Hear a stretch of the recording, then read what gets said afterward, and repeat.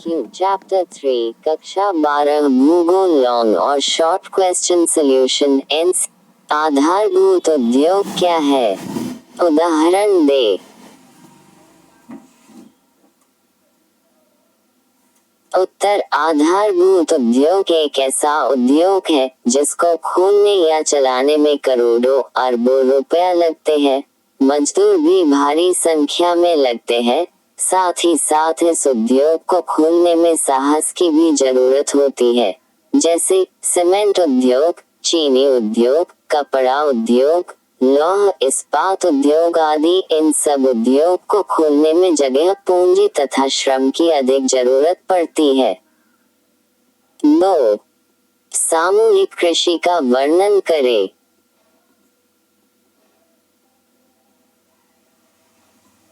उत्तर सामूहिक कृषि एक प्रकार की कृषि है जिसके तहत खेती कार्य में एक समूह दूसरे समूह को मदद करते हैं। इसको सामुदायिक कृषि भी कहते हैं। यह कृषि भारत में प्रचलन है। इसके तहत कुछ लोग अपने जमीन को एक साथ मिला लेते हैं तथा उस पर खेती का कार्य करते हैं।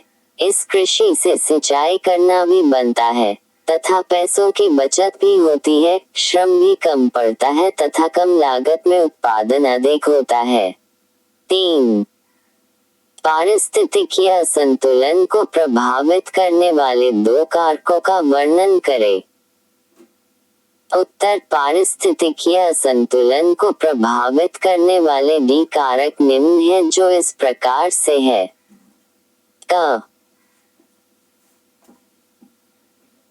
प्रदूषण।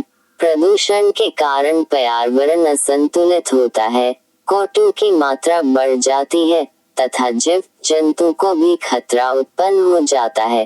कई तरह की बीमारियां होने की संभावना बढ़ जाती है। हम पेड़ पौधों को तेजी से काट रहे हैं जिससे परिस्थितियों असंतुलन की स्थिति उत्पन्न हो गई है। ख.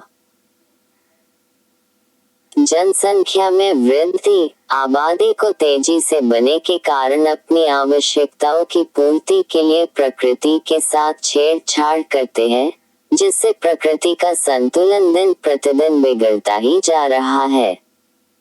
4. जमशेदपुर एवं पुणे शहर के महत्व का उल्लेख करें। उत्तर J.R.D. टाटा के द्वारा जमशेदपुर शहर को बसाया गया था। यहाँ पर टाटा का स्टील प्लांट है जिसकी स्थापना 1907 में की गई थी। यहाँ पर लोहा का सब सामान बनता है। यह स्वर्ण रेखा नदी के किनारे स्थित शहर है जो झारखंड राज्य में स्थित है। पुणे महाराष्ट्र राज्य का एक प्रमुख शहर है। भारत की पहली रेलवे पुणे से ठाणे के बीच 1853 में 34 किलोमीटर तक चला था। 5. कोको क्या है? उत्तर कोको एक कृषि उत्पाद है जिससे chocolate, soft drink, Coca Cola आदि बनाया जाता है। इसका उत्पादन पश्चिम अफ्रीका विशेषकर घाना में होता है। फ्रांस वासियों ने यहाँ इसकी पौधा लगाई थी। इसकी खेती रोपण कृषि के अंतर्गत उष्णकटिबंधीय क्षेत्र में होती है। 6. हरित रासायनिकी क्या है?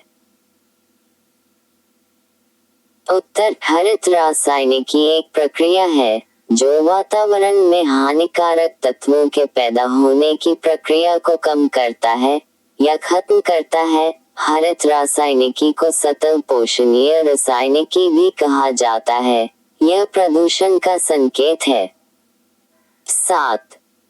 पत्तन एवं पोताश्रय के बीच अंतर बतावे।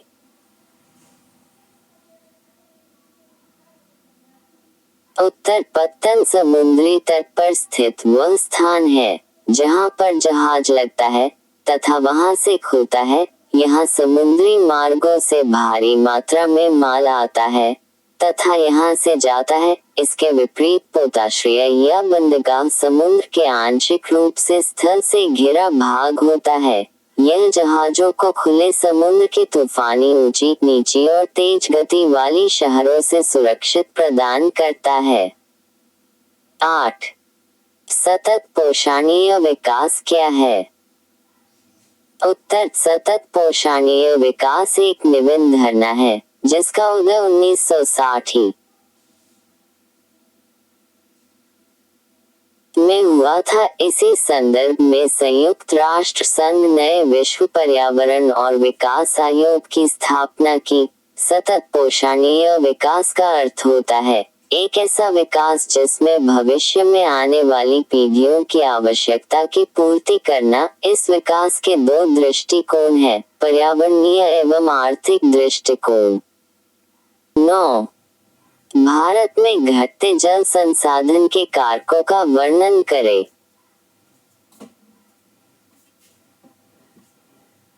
उत्तर, भारत में तीव्र गति से बढ़ती जनसंख्या के लिए सभी क्षेत्रों में पानी की मांग बढ़ रही है। जल की मांग पेयजल और उद्योगों के लिए अतिरिक्त सिंचाई में अपेक्षा से अधिक बढ़ रही है। वर्तमान समय में धरातलीय जल का 89% और भूमिगत जल का 92% जल का उपयोग सिंचाई और कृषि में हो रहा है। यही कारण है कि देश में जल संसाधनों में तेजी से कमी आ रही है। 10. बारानी और वर्षा आधारित कृषि क्या है?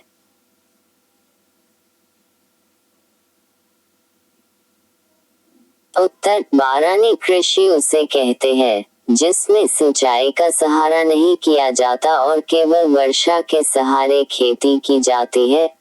इस खेती के दो प्रकार के शुष्क भूमि कृषि और आर्द्र भूमि कृषि। भारत में 75 सेंटीमीटर कम वर्षा वाले शुष्क क्षेत्र में रागी, बाजरा, मूंग, चना, ज्वार आदि शुष्कता को सहने में सक्षम फसलें उगाई जाती है।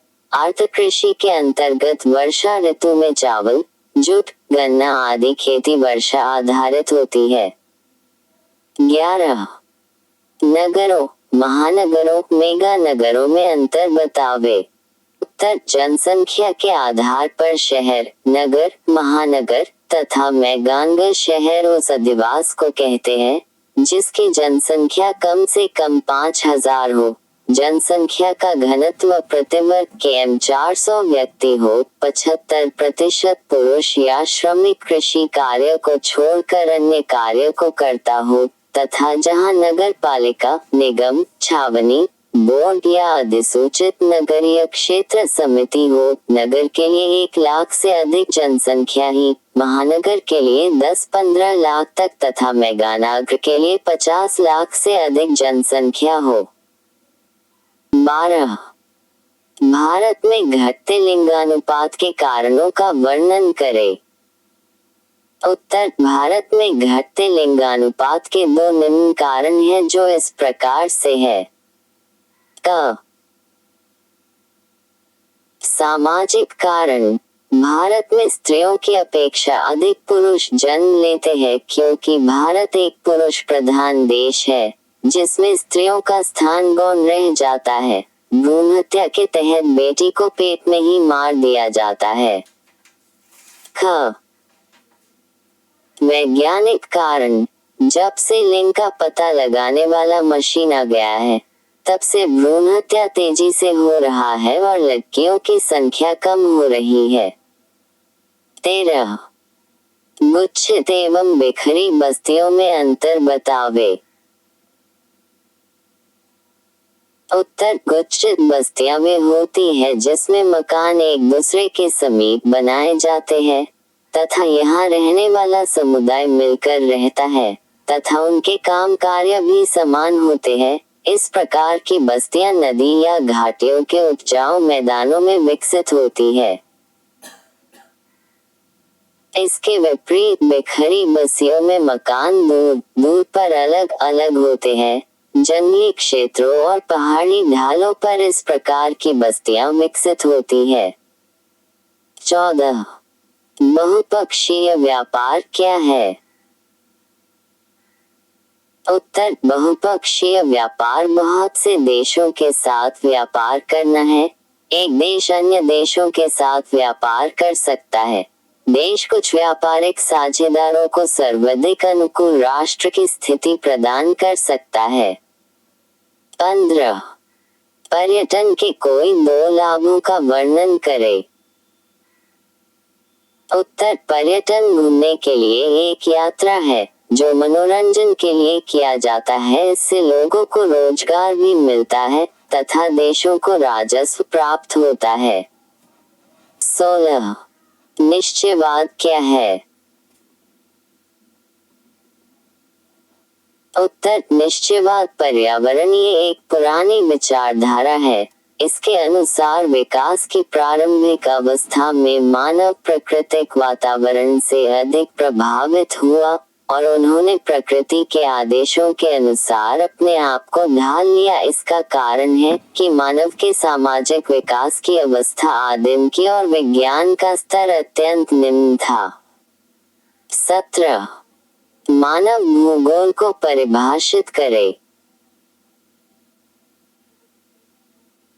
उत्तर, विभिन्न विद्वानों ने मानव भूगोल की भिन्न तरीके से परिभाषित करने का प्रयास किया है।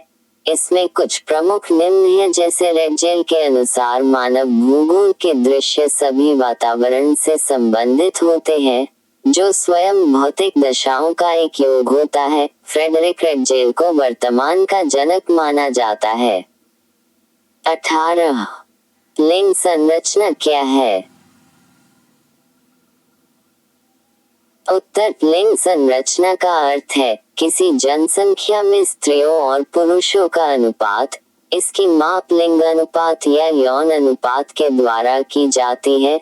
स्त्री एवं पुरुष की प्रकृति कुछ विषयों में एक दूसरे के विपरीत होती है और कुछ विषयों में यह एक दूसरे का पूरक भी होता है।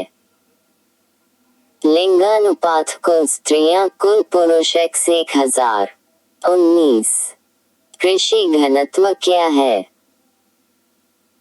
उत्तर, कृषि घनत्व जनसंख्या का घनत्व निकालने का एक तरीका है। कुल कृषक जनसंख्या और कुल कृषि क्षेत्र के अनुपात को कृषीय घनत्व कहा जाता है। 20. मानव विकास के 4 स्तंभ कौन कौन है? उत्तर, मानव विकास के 4 स्तंभ निम्न है जो इस प्रकार से है। क. न्याय। ख. सतत पोषणीयता। ग. उत्पादकता। घ. सशाकित चरण आदि। 21. जीवन निर्वाह कृषि क्या है? उत्तर, जीवन निर्वाह कृषि घनी जनसंख्या वाले क्षेत्रों में की जाती है। इस तरह की कृषि नदी घाटियों में की जाती है।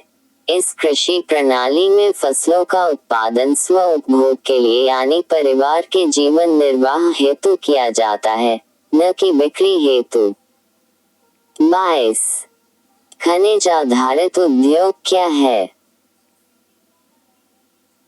उत्तर, ऐसे उद्योग जिनका उत्पादन खनिज संबंधी कच्चे मालों पर निर्भर करता है खनिज आधारित उद्योग कहलाता है। ऐसे उद्योगों में लौह खनिज तथा अलौह खनिज तथा अधात्विक खनिज आधारित उद्योग उल्लेखनीय है। 23. चिकित्सा पर्यटन क्या है?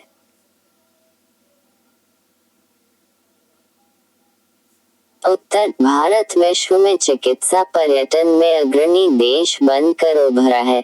महानगरों में अवस्थित विश्व स्तरीय अस्पताल संपूर्ण विश्व के रोगियों का उपचार करते हैं। भारत, थाईलैंड, सिंगापुर और मलेशिया जैसे विकासशील देशों को चिकित्सा से अनेक लाभ प्राप्त होते हैं। चिकित्सा पर्यटन के अतिरिक्त चिकित्सा परीक्षणों और आंकड़ों के निर्वचन के बाह्य स्रोत के प्रति भी झुकाव पाया जाता है। 24. स्वेज नहर किन 2 निकटवर्ती बंदरगाह को जोड़ता है? उत्तर, स्वेज नहर भूमध्य सागरीय एवं लाल सागर को जोड़ता है। यह बिना किसी बंधन के एक समुद्र स्तर की नहर है। 1869 में स्वेज नहर की शुरुआत हुई थी। यह पश्चिमी यूरोप तथा दक्षिणी एशिया के देशों के बीच सीधे समुद्री रास्तों की दूरी आधी कर दी है। रास्ते में उत्तर की फन बंदरगाह तथा दक्षिण की स्वेज बंदरगाह को आपस में मिलाता है। 25. मानव विकास क्या है? उत्तर: मानव विकास केवल लोगों की आय तथा पूंजी का ही विस्तार नहीं है, यह मानव की कार्य प्रणाली तथा क्षमताओं के उन्नयन की प्रक्रिया है। यह मानव के संपूर्ण विकास से संबंधित है। विकास की सभी क्रियाओं का अंतिम उद्देश्य मानवीय दशाओं को सुधारना तथा लोगों के लिए विकल्पों को बढ़ाना है। 26. उत्तरी भारत में सिंचाई के मुख्य साधन क्या क्या है? उत्तर: उत्तरी भारत में सिंचाई का मुख्य साधन नहर है। वर्ष भर बहने वाली नदियों की अधिकता तथा मुलायम मिट्टी के कारण उत्तरी भारत में नहरें बनाना एवं उससे सिंचाई करना आसान है। 27. शुष्क कृषि क्या है? उत्तर: आवश्यकता से कम वर्षा वाले भागों में बिना सिंचाई किए कृषि करने की विधि को शुष्क कृषि कहते हैं। इस प्रकार की खेती प्रायः पश्चिमी राजस्थान तथा गुजरात और हरियाणा के कुछ भागों में प्रचलित है। यहाँ की कृषि पूर्णतः वर्षा पर निर्भर रहती है। शुष्क कृषि वाले क्षेत्र प्रायः एक वर्ष में एक फसल देने वाले क्षेत्र होते हैं। 28.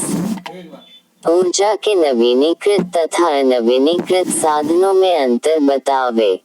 उत्तर: ऊर्जा उत्पादन के ऐसे साधन का नाम है जिनका एक बार इस्तेमाल करने के बाद उनकी मात्रा कम होने लगती है। ऊर्जा के पारंपरिक साधन जैसे कोयला, पेट्रोलियम, प्राकृतिक गैस आदि कहलाते हैं। दूसरी ओर वैसे साधन जिनका स्रोत सतत होता है तथा प्रकृति में यह पुनः नवीनीकृत होता रहता है, जैसे सौर ऊर्जा, पवन ऊर्जा, ज्वारीय ऊर्जा, भूतापीय ऊर्जा, बायोगैस आदि ऊर्जा के नवीनीकृत या गैर पारंपरिक साधन कहलाते हैं। 29. कच्चे मालों के आधार पर उद्योगों को वर्गीकृत करें। उत्तर: कच्चे मालों के आधार पर उद्योगों को हम 3-4 भागों में बांट सकते हैं। क. कृषि आधारित उद्योग, चीनी मिल, जूट मिल। ख. खनिज आधारित उद्योग, लौह इस्पात उद्योग। ग. वन आधारित उद्योग, लकड़ी उद्योग। 30. पारमहाद्वीपीय रेल मार्ग क्या है? उत्तर: पारमहाद्वीपीय रेल मार्ग हम वैसे रेल मार्ग को कहते हैं जो एक महादेश से दूसरे महादेश तक जाता है, साथ ही दूसरी दूरी बहुत लंबी होती है। इसका सफर भी महंगा होता है। यह रेल यूरोप तथा अमेरिका महादेश में चलता है।